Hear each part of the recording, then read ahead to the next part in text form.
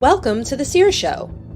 Join us as we explore medicine, health, mental health, mindset, and fitness, guided by lifelong seeker of knowledge, Sifu Raphael. He will lead us on a transformative journey with groundbreaking insights and extraordinary guests from around the world. Together, we'll dive into the latest holistic approaches to well-being and the profound connections between mind, body, and soul. Sifu Raphael's expertise in positive thinking, resilience, and personal growth will inspire you to reach new heights. Get ready for the Seer Show. It's time to embrace a brighter, healthier, and more empowered future. 5, 4, 0.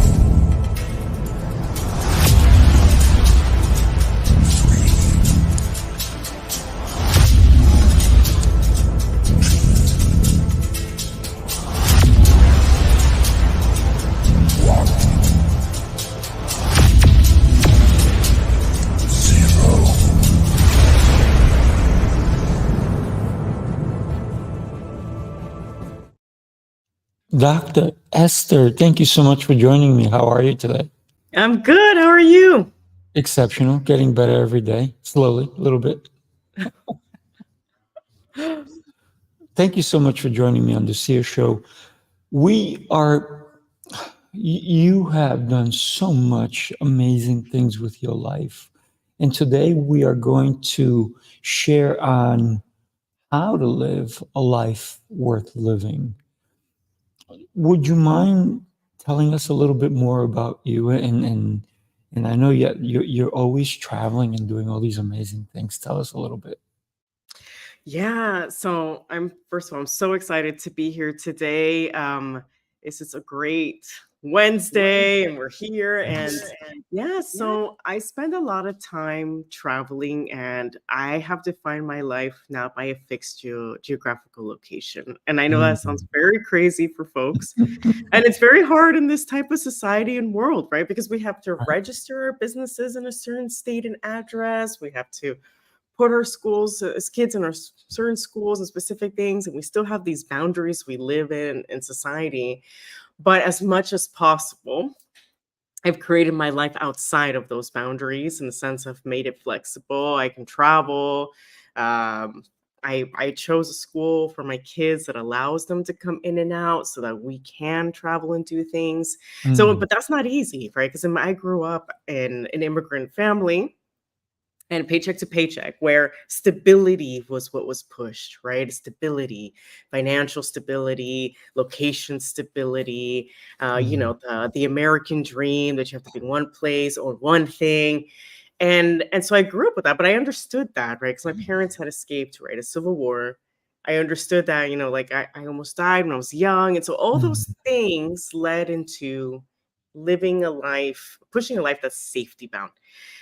But I always have this voice inside me, from a kid, I was like, I want to travel the world. I want to make impact. I want to do something different. Like anytime I remember even as a younger, I would go on dates and I remember men would come to me and be like, I will save for a house for us. And one location, I was like, oh my God, it gives me hives. I can't do that. No, I don't want that.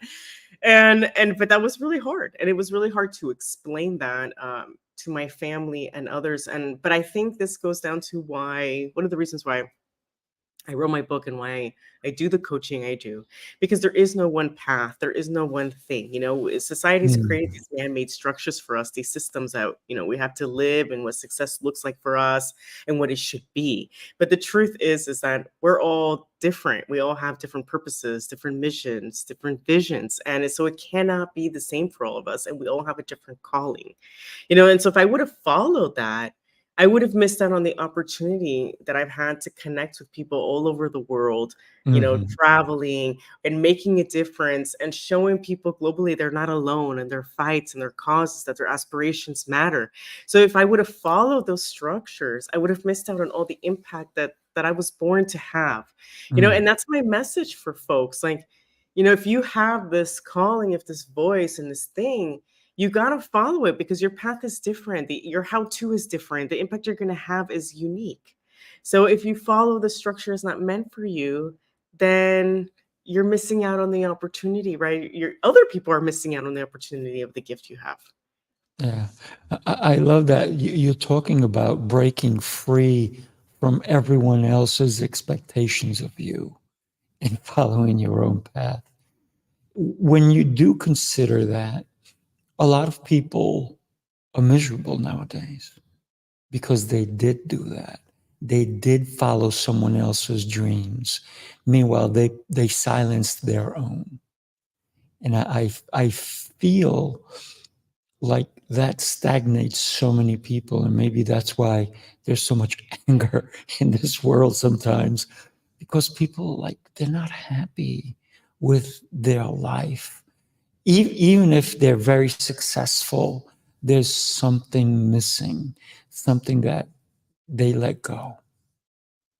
Absolutely, right? Not living in alignment to yourself and to your purpose starts showing up in your Mm, body. It starts showing up in your feelings and your moods. And the thing is, I became really interested in this concept actually from a humanitarian perspective because I used to work in international development. And mm. I was one of those people that followed, right? I was even working in an industry that gave impact, right? So it's not like I was in Mm, a career that more or less was aligned with me and the difference I wanted to make. right. But it still wasn't my legacy or what I wanted to do, Mhm, right? And so I still felt those feelings that you mentioned. I felt stagnation. I didn't understand it because I'm like, wait, how am I'm in this thing that gives impact, but why am I still unhappy? But there's misalignment there, and my mhm, body was showing me.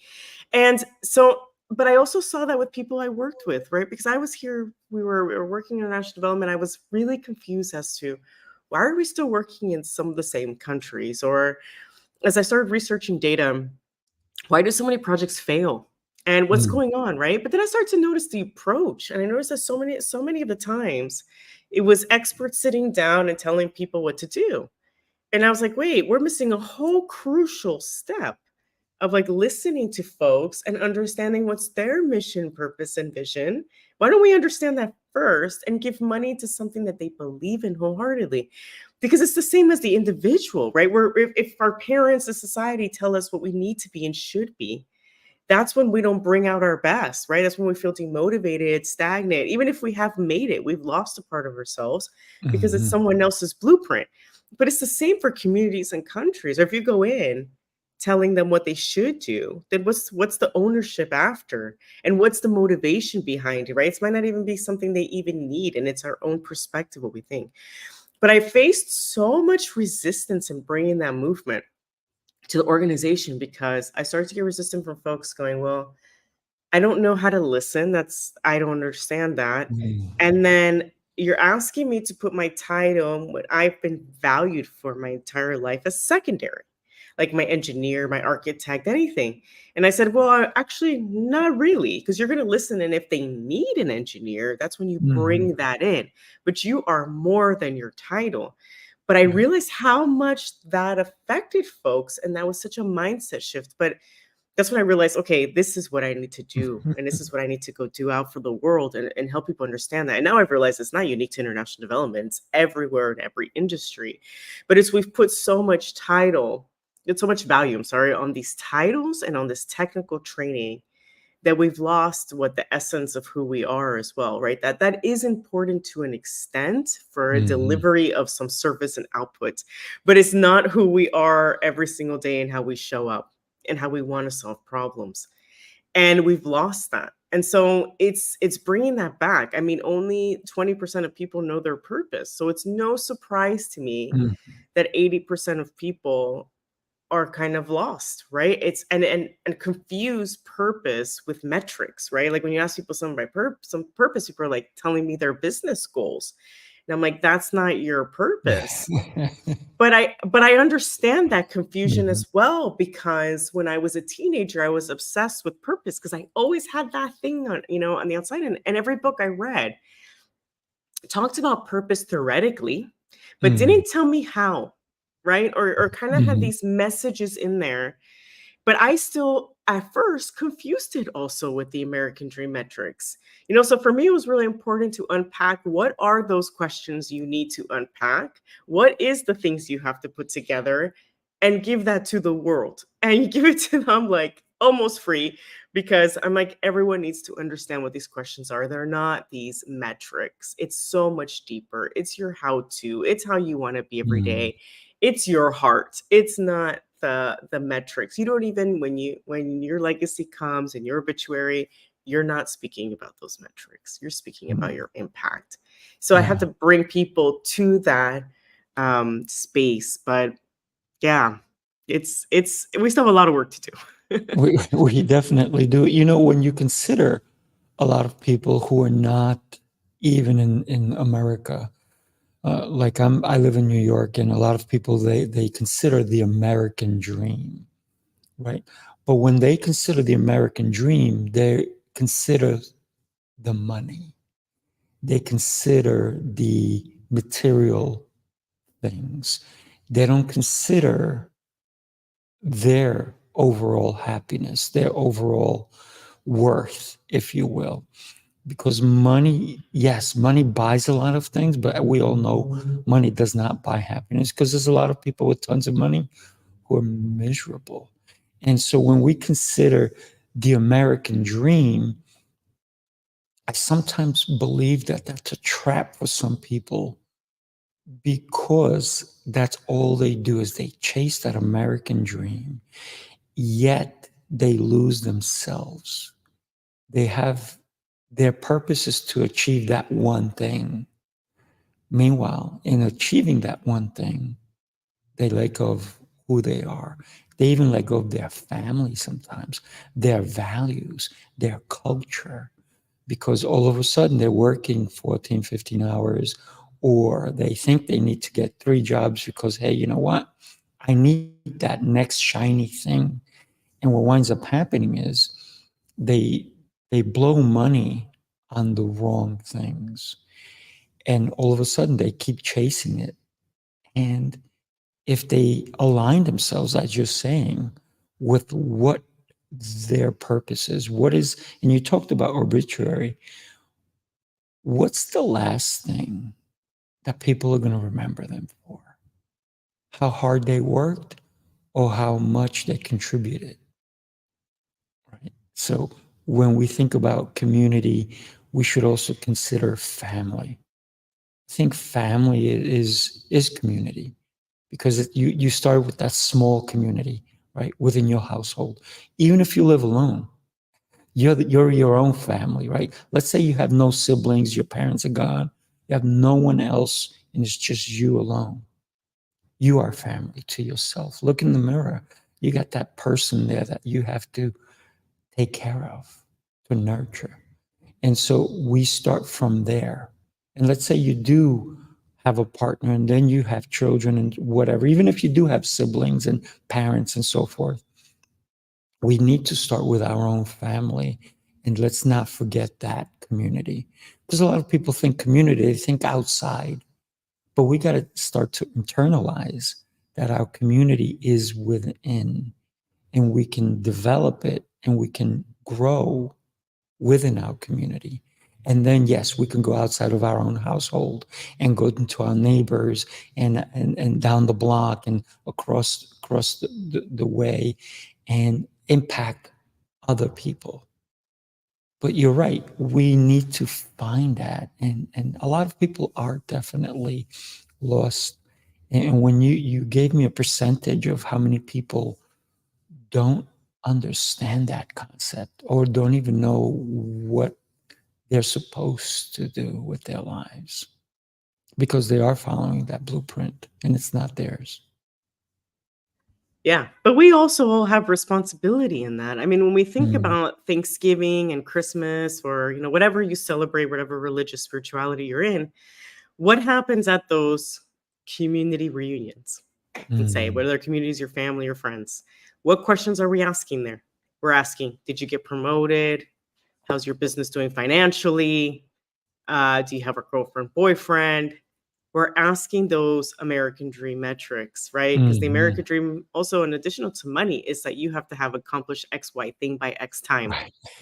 Yes. And so we ask those time bound questions when we get together, right? So we also like propel that cycle, right? We're also doing that to each other. And so it's also all of our collective responsibility to change the conversations we have with folks, right? I mean, to me, it's no surprise to read that. I mean, I don't think I was ever asked in my life, and now that I've been interviewing, surveying others, what was my highest aspirations? I was asked, what career do you want? Mm. What are you going to do with your life? How are you going to make money? But no one asked me what was my Mhm. highest aspirations. What change did I want to see in the world? No one. And even if I did Right. mention it, it was, "Oh, what a silly dream," right? Our narratives like, Yeah. "Oh, well, yeah, maybe you should be grounded. Oh, you're so Mm. young, you're an ideal," right? Think about the narratives we hear around us. And so Mm. for people to be able to open up that space and feel that they can, we also have Mm. to, as a society, create these spaces that allow for these conversations and welcome them, So I always challenge folks, the next time you go with your family, ask them, ask someone next to you, what is your highest aspiration? What is the dream? What did you have? Like when you see yourself 20 years, what are you feeling? What are you doing? Not the metric, right? Because everyone always gives a metric of 20 years, but no, what are you really feeling and doing, and what impact have you left, right? And I have a visualization exercise I give folks because I think we're so used to that. If somebody asks us that, we have to give a metric that we don't stop to think about who are we having lunch with? Mm. How are we feeling? What are we doing? And then you start to hear people's answers, right? They're not at all about metrics, right? It's about some sort of impact they've given to a group of people, to a community, that they've changed some narrative. And that is the focus again. And we also don't ask people, what do you want to be sought out for? Because Mm. just because someone's great at something and they may be doing a job that gives them the full American dream structure, they might have never wanted to be sought out for that. And so Mm. we also have to create these spaces to allow people to be sought out for what they want to be sought out, right? So when I think about purpose as a question, right? You brought that up. It includes that obituary exercise. It includes the what do you want to be sought out for? What have you overcome and how? It includes what can you teach the world? It includes like your how to. How do you solve problems if you're given unlimited resource? Because all that is your purpose, right? It's the combination of like your how to, which no one has like you, plus the impact you want to make, the legacy and feeling you want to leave, right? All this comes from inside, like you're mentioning, inside of you. It's beyond metrics. Yeah. Wow. You gave me thought that sometimes I don't even know what my siblings do for a living because that's not my main concern with my siblings. And it's funny because once in a while I'll be sitting with them and I'll go, oh my gosh, I don't even know what you do for a living. And then they'll tell me, and then they'll be proud of it. But it wasn't my main concern. Right? It wasn't like, hey, you successful in this, or are you happy with it? So for me, it's always been about them as a human being. And when you consider even dating, a lot of people, one of the first questions is, how much do you make? And where do you live? What are you driving? And those are the constant questions that people want to know instead of, like you said, what are your aspirations? What do you want to accomplish? And maybe do you want kids? Is that something that do you want a family like that? But maybe not on the first date, unless you're looking to get married on the second date, and that's something that you may want to ask. But a lot of people, they focus on the superficial. And when they meet someone new, usually that's the first question. One of the questions that I get asked a lot, I have a very large martial arts school. The number one question I get asked, take a guess. How many students you have, how much money you make from the school. Yeah. How many students you have? Yeah. Immediately, Metric. Yep. that's it. And I never answer them. Right. The, Because they should be asking you, why do you love this? yeah, what What's your favorite part of the yeah, day? exactly. Yeah. So the funny thing is I've had somebody ask me 2 or 3 times and I still don't answer them because that's not why I do it, how many students I have. And so a lot of times, and then I'll hear them tell someone else, oh, this is how many students I have. And because they're measuring themselves. And for me, it's not about me, it's about what I can do. The reason I'm here, the reason I teach, the reason I have such a large facility, those are what matter to me the most. And it's very interesting when people do that, and that's all they care about, the metrics, right? And you guessed exactly dead on. How many students do you have? I get that asked all the time. And so my usual answer is enough. And they're like, well, how many is enough? I said, not too many for me not to care. And they're like, what? You're still not answering me. I said, I know. And we need to move away from that. I mean, I saw that so much also in international development, that it was, well, this donor needs to have 1,000 latrines made or something like that. And I said, but that doesn't tell us anything about the impact. Mhm. We need to change those from measuring how many things we installed, how many things we bring. Like, does the community, like, did we make Mhm. a difference in that community, in that place? Do Mhm. they feel they were heard? Do they feel they can propel this to something else? Those are the stories we need to focus on, not did I install 100 water filters, or doesn't say anything. And it's the same in our lives, right? Even if you would have answered a student, that doesn't say anything about the transformative impact you're having on them. Mhm. And you may, and everyone's legacy and scale and approach is different. Right. So one person may have this amazing how to, let's say, in business. I don't know. Let's say, like, I don't know. I think of like Alex Hermosi, right? It makes sense. He has a blueprint, right? Lots of people could benefit just from reading the book, right? So he could Mhm. reach millions easily through a blueprint because people can just read and apply. But like, I know in my case, right? If I'm unpacking someone's purpose, it's not, I need to spend time with them and their org, and I want to make sure that they apply and transform. That's my legacy, right? I don't want them just to Mhm. know it. I want them to live it. And so Right. it's not going to be the same scale, but I'm not in competition because we have Mhm. different gifts. People need his gift, people need my gift. Right. And it comes in a different pace, different style. So I don't believe in competition because it's not the same. We're not competing with one another. We all have a different transformation we bring, and both are all of them are necessary. Mhm. And so I love doing this with teams too, because you can have a team of engineers and they all think they've all been hired to do the same job.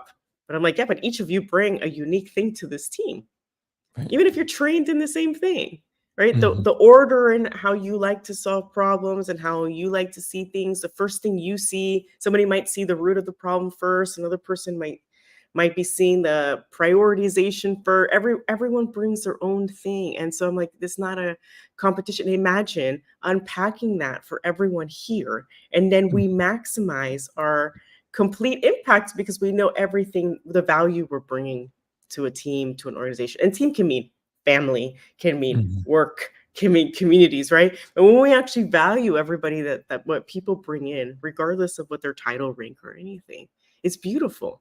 But we Mhm. have to want to that and stop asking people these metric questions, and instead, what's the impact? Or tell me about the impact. Tell me how it Mhm. is for you every day. That's what matters. And I loved what you said about the dating thing, because I'm remarried now, but I was divorced before because I followed that check mark thing.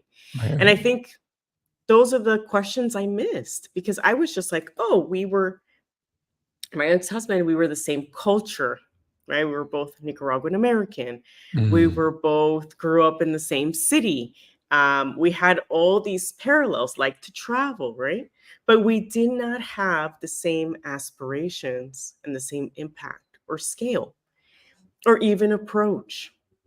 And Mm. so, for him, his nucleus was in the family, and for me, and it was great. He has impact on his nucleuses, but for me, my impact is much more. I want to impact people from different cultures, show everybody they are not alone, and be that connector Mm. and bring this, right? So that requires me, right, to travel, to connect, to talk to Yes. people, to be out there, right?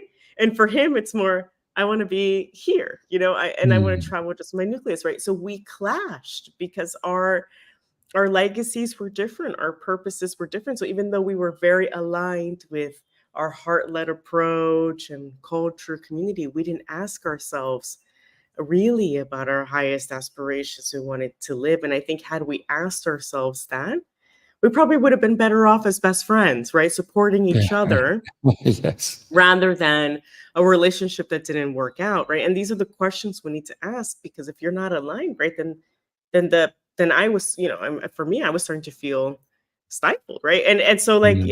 it's not necessarily his fault. It's just this, we don't understand, right? We're not in alignment.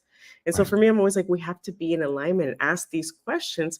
And I like them for, I remember that was the first question, more or less, I asked my spouse now, like, what kind of impact do you want to make? I remember I didn't use the highest aspirations, and we were very aligned, in the lifestyle Mm. and the impact, and I think that makes a whole difference. So even if we have a lot of differences in other things, there's that support, and how you want to show up and be every single day.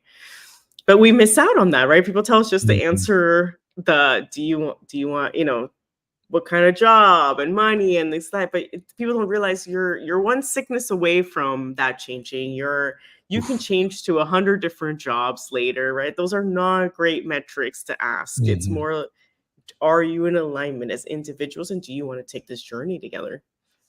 Yeah.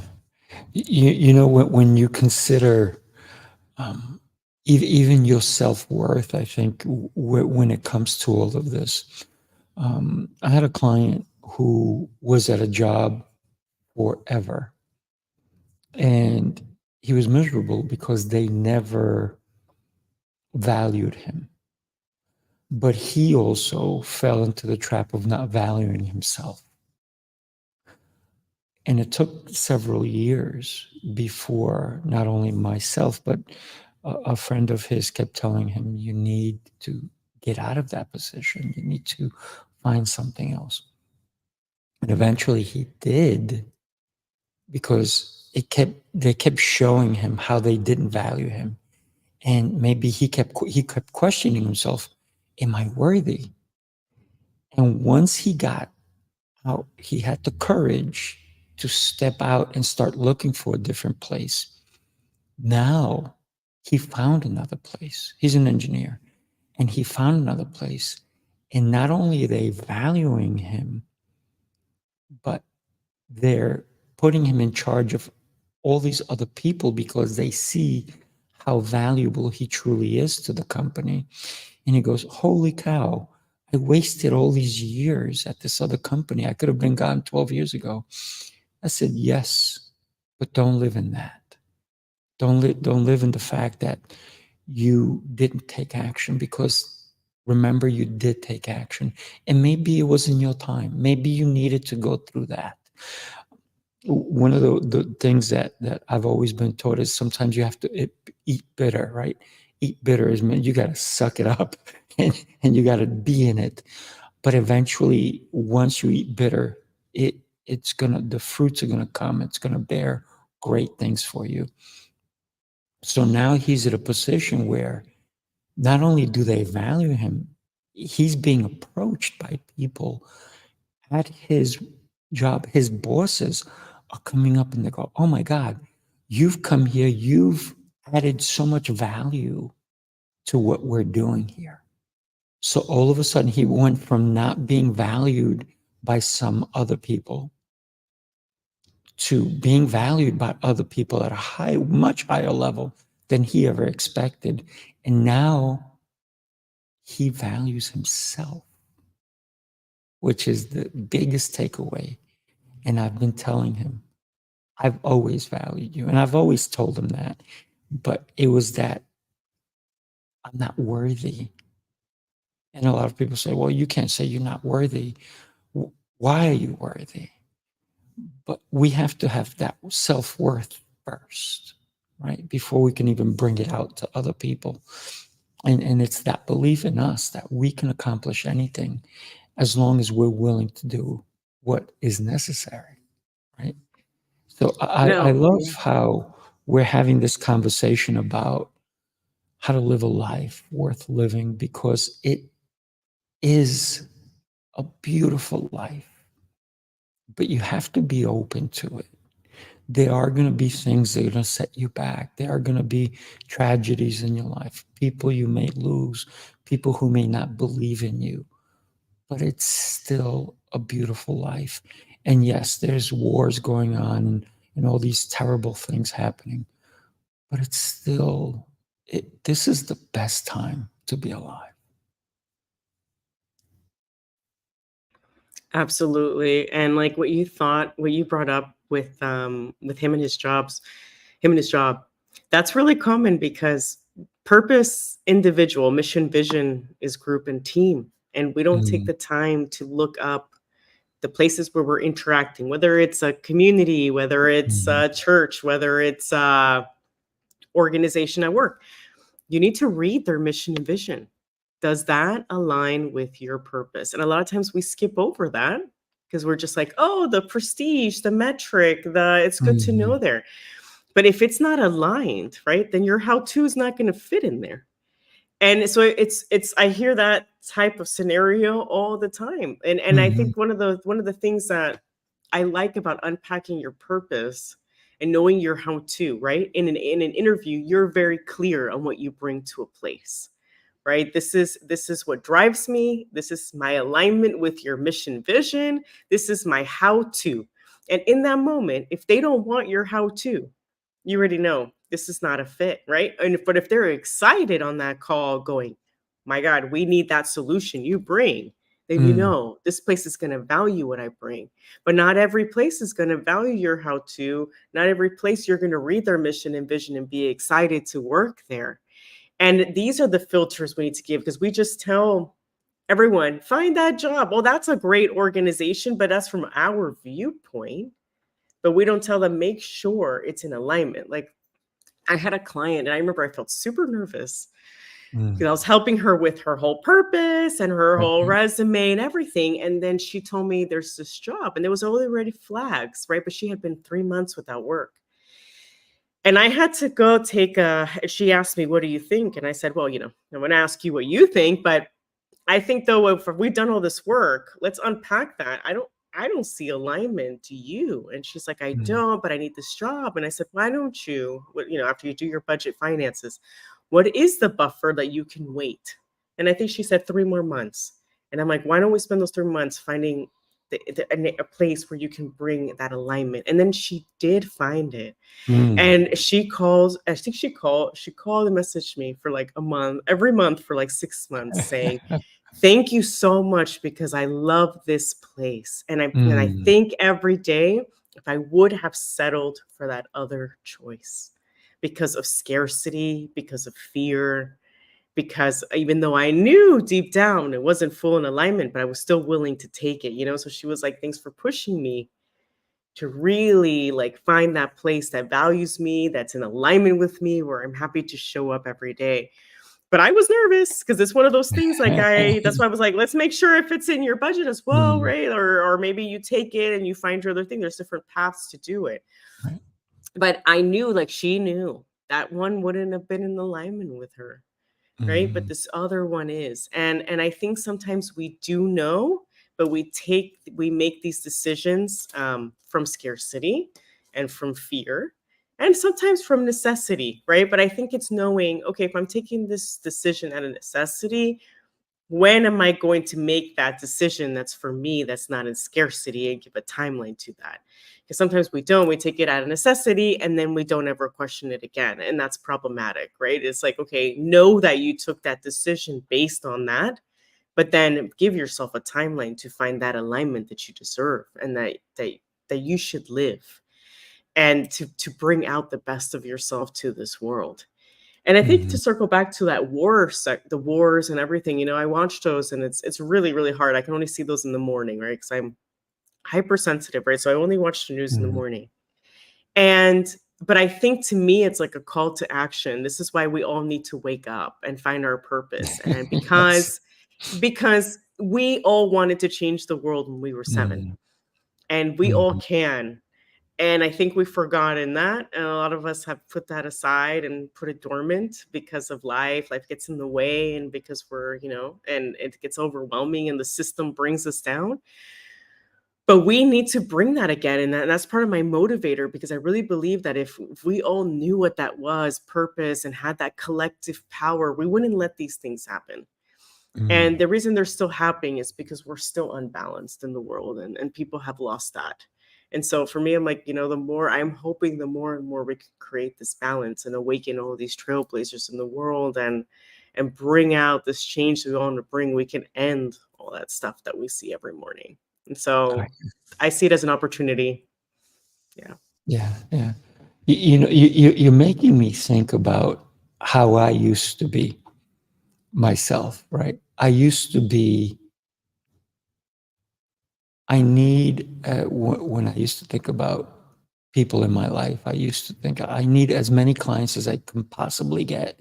And I used to have so many clients, and a lot of them were not the right fit. But it was just because, hey, they're paying me so much money. They pay me, whoa. And then one day I said, actually, I fired a client who was like really bad. And I said, not one. I'm going to fire a lot of clients. And that's when I made a decision that I'm no longer accepting clients. We have to do a trial to even see if I want you in the fold, because I consider my clients family. So I said, so I give them a trial, and I say, hey, this is not just to see if you want to work with me. It's to see if I want to work with you. And it's made such a huge impact, because now the clients that I have are family. And for example, I have adult clients, I have little kid clients, but the real clients are the parents. But the little kids, for example, just the other day, a mom walks in with a tray of Starbucks drinks, and it's macchia and all this and some strawberry or whatever. And then she comes in and she brings it to the front desk, and I'm like, what's this? And she goes, her son said, I want to buy Sifu a drink. He's 5.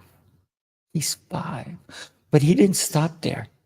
He says he wants it to buy for the front desk. He wants to buy for this other instructor. He wants to buy for this one. And the mother's like, I had to honor him, because it's the first time that he felt he wanted to do something nice for someone. And for us to start impacting children at that early age is huge. And a lot of the little kids, when they come in, they're like, Sifu, where are you? I'm like, I'm over here. They go, I want a hug. I'm like, okay, cool. I want a hug too. And yesterday, I was teaching a class, and one of the mom brought the little boy. And then he comes over and he looks really sad, and he goes, Sifu, I want to give my dad a hug. And I look and I go, well, your dad's not here. I said, guess what?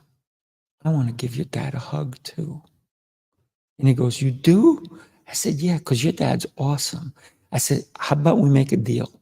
When you go home and you see your dad, you give him a big hug from both of us. He's like, okay, well. But all of a sudden he cheered up, because I said to him, I want to give your dad a hug as well. So when we can start helping the young ones understand that it's not about anything but the other person, their feelings, how we can treat one another. I think that just teaches people how to be happier in life when we can give hugs. And then the other thing I said to the kids, I said, who wants to hug their parents? And they all raised their hand. I said, guess what? I want to hug your parents too. They all started laughing. And one little girl says, you're not hugging my parents. I said, why not?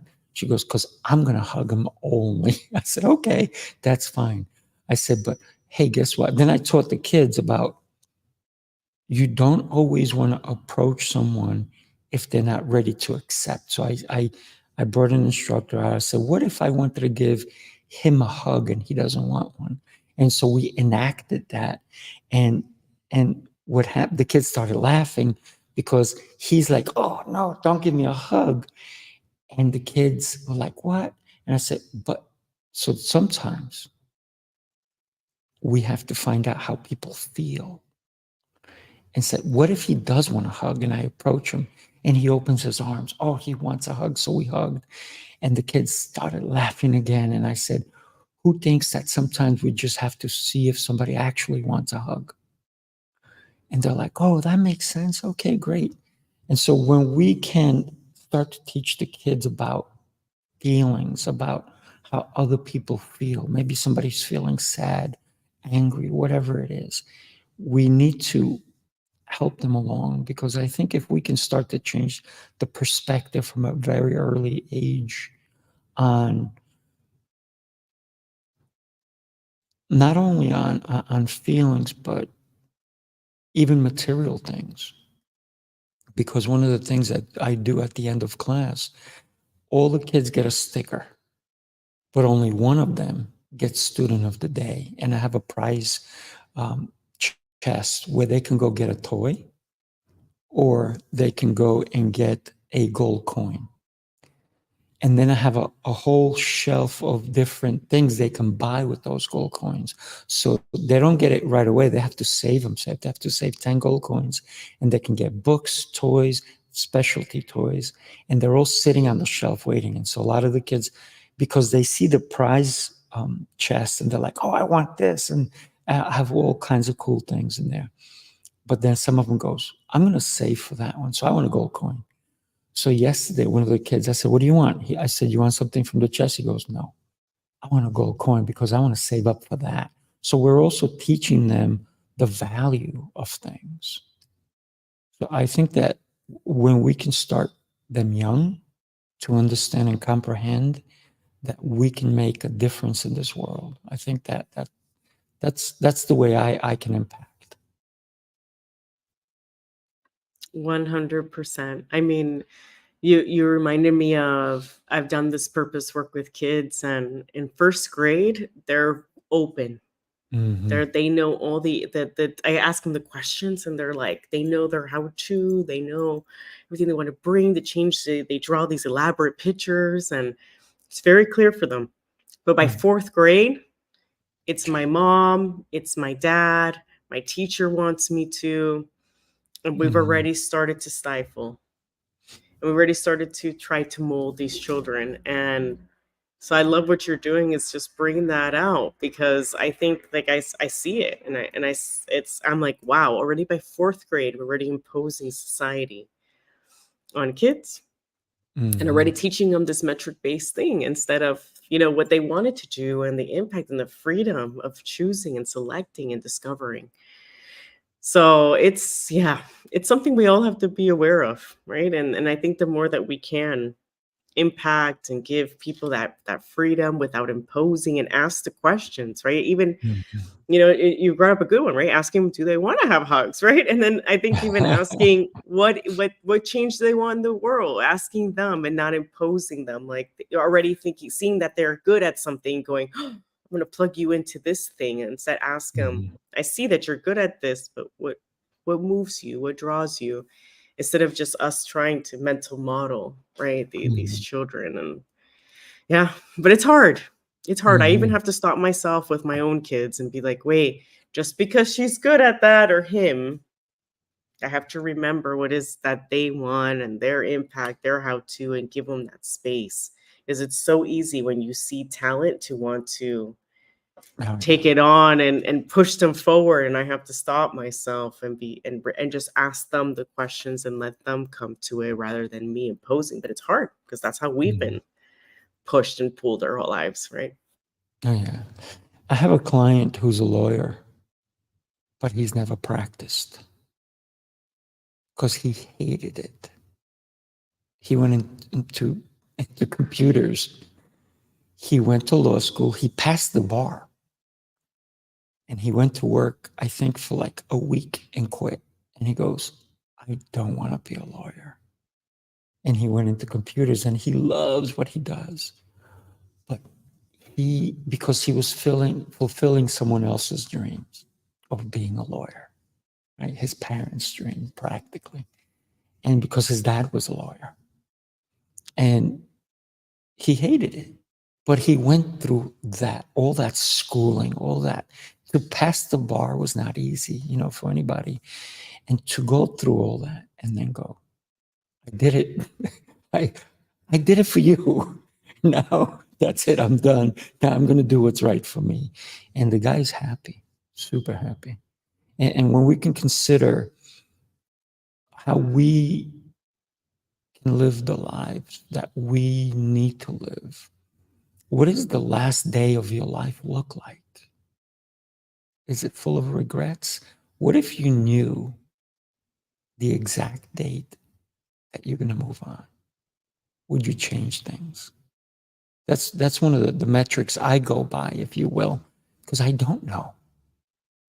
But I know what I want. I want to extend as far as I can. That's why I take care of myself. That's why I work out every day. I train my mind. I train my body because I want to be not only alive for a very long time, but I want to be able to make a difference in the life of my own life before I can make it in others. So that's why I every day I look to get just a tiny little bit better, just a tiny little bit, Absolutely. I mean, that's what pushed me to change too. I had a best friend pass away, and then I thought about myself. And I was like, no, this is not where I want to be. And as much as it was secure and I had all the check marks, that's not what I wanted my last days to be. Right. Yeah. They shouldn't be. Yeah. I got to tell you, you and I could probably talk for many, many hours. And I think you're going to come on some of my other shows, and we are going to do that. And Yeah. I know that you are probably going to come on my speaking prowess as an instructor one day, and we're working on something of that nature. So thank you for being here today on the Seer Show. To me, it's always about how we can connect with one another. And I think you and I have actually connected, and there's so much similarity to you. When you said, I almost died when I was young, and I got tons of stories about that myself. And I know we can share them and so forth. And as we get to know each other, and I met your husband, great guy, and I think he'll have to come on some of these as well. And it's always a pleasure to connect with someone like yourself. So thank you for taking the time today and being here with us. Thank you. Thank you so much for having me. And I love everything you're doing. So super aligned. There you go. Thank you. There you go. Have yourself an exceptional day. And everybody, if you like the show, come on down, share it, like it, and let others know about it. Thank you so much. Have an exceptional rest of your day.